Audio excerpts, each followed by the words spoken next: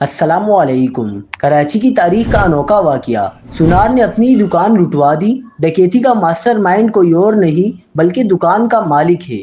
Police نے گرفتار کر لیا۔ کیا آپ حالات حاضرہ سے آگاہی حاصل کرنا چاہتے ہیں؟ خبر کے پیچھے چھپے اصل حقائق جاننا چاہتے ہیں تو ابھی سبسکرائب کیجئے جلمل پاکستان کو اور ساتھ ہی گھنٹی کے نشان پر کلک کر دیں۔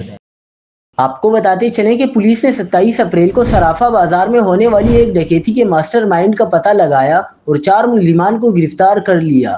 ڈی آئی جی ساؤتھ کے مطابق کارخانے کا مالک ہی ڈکیتی کا ماسٹر مائنڈ تھا، جس سے لوٹا ہوا سونا بھی برآمد کر لیا ہے۔ 11 تولے سے زائد سونے کی ڈکیتی کی اطلاع دی گئی۔ معاملہ مشکوک ہونے پر کارخانے کے مالک اور رشتہ داروں سے تفتیش کی۔ کارخانے کے مالک کاشف نے انکشاف کیا کہ بھائی کے ساتھ ڈکیتی کا منصوبہ بنایا تھا۔ پولیس کے مطابق ملزم نے مالی پریشانی، قرض سے جان چھڑانے کے لیے بھتیجے اور رشتہ دار سے مل کر ڈکیتی کرائی۔ ملزم نے ڈکیتی سے حاصل سونے سے اپنا قرض اتارنے کا منصوبہ بنایا تھا۔ تاہم پولیس نے چاروں ملزمان کو گرفتار کر کے ان کے خلاف پریڈی تھانے میں مقدمہ درج کر لیا ہے۔